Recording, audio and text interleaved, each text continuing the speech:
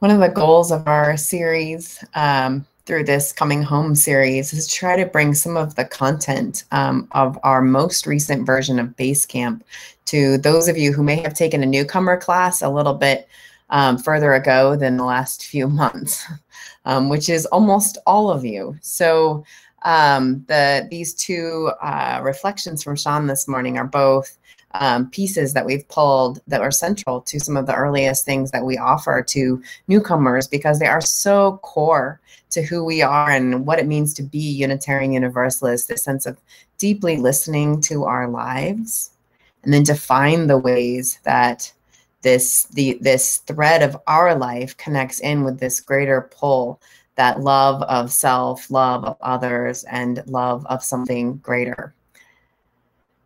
This, we are actually in the middle of offering Basecamp again. Amazingly, it seems like we just offered and we're offering it again. We have another 30 people that are going through our newcomer class together.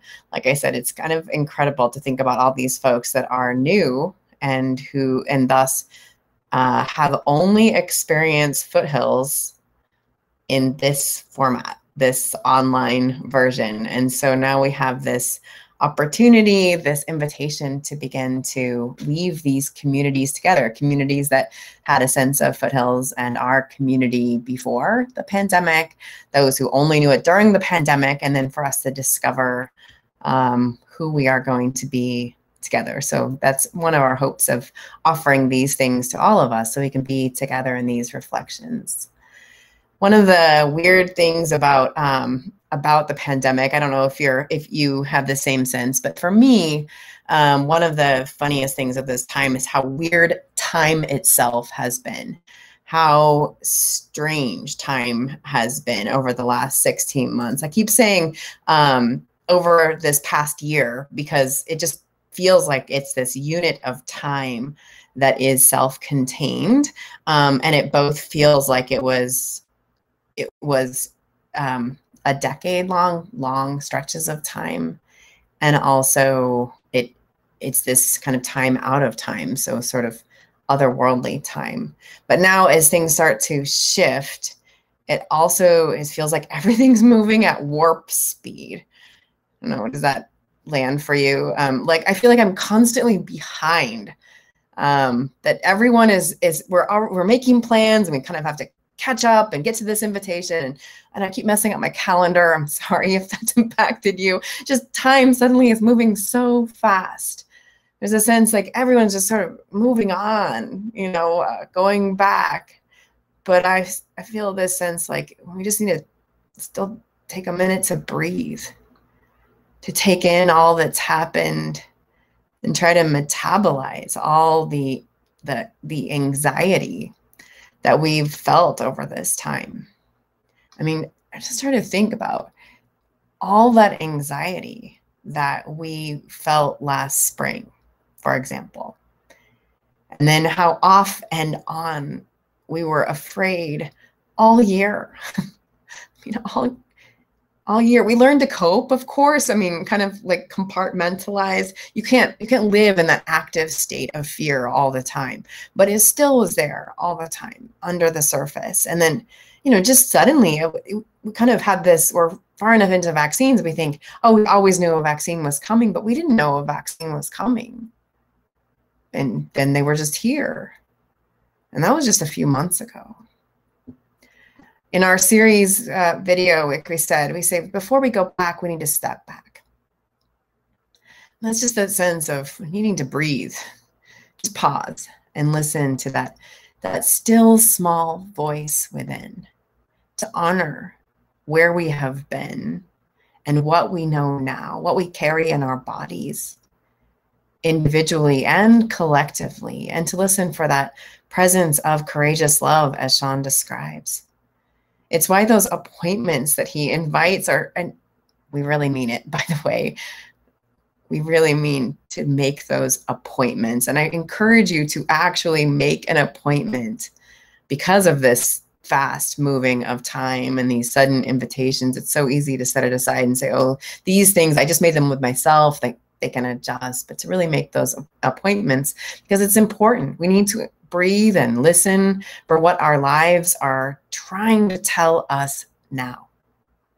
And we need to breathe together so that we can invite in and practice that conspiracy of breath. Don't you love that idea of this conspiracy in this time where there's all these conspiracy theories, to instead remember that the root of this word, if conspire, is about breath and breathing together. And so what kind of conspiracy we will be in? A conspiracy of breath and hope and love. It's actually been one of the hardest things to replicate here online. We've been able to do so many things in this virtual space, way more than we probably ever would have thought we've been able to do. But what we cannot replicate is that feeling of breathing together that we get when we are literally all in the same room. So we have to pull on a deeper imagination and also a greater discipline to do this when we're just in our plain old homes, right? I mean, that there's something about being in the sanctuary. Remember at the beginning of the, we talked about the places that help you listen to yourself. One of those places, we hope, is we cultivate that sense in our church sanctuary where we can set aside everything else and try to listen more deeply to that inner voice and to the presence of love. But here we are in our homes, and it's harder. There's more distractions. So it asks for a deeper discipline and a greater imagination of what it feels like to be breathing together. And so for a few moments now, I just want to invite us into a small practice of those appointments that Sean invites.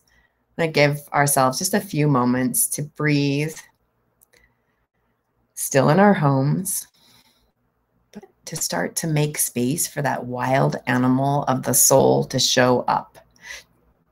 It's like conspiring with yourself, but then also knowing that others are in this practice with you. Again, pull on your imagination to know we are all breathing together.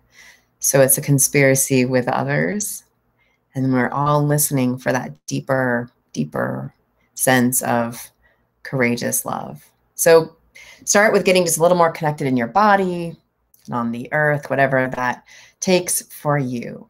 Just settle in. Start with just a practice, big, deep breath, remembering the way that air is all the time coming in and out of your body without you even having to think about it. But now pay attention. Breathing in and out, feeling yourself truly, fully alive.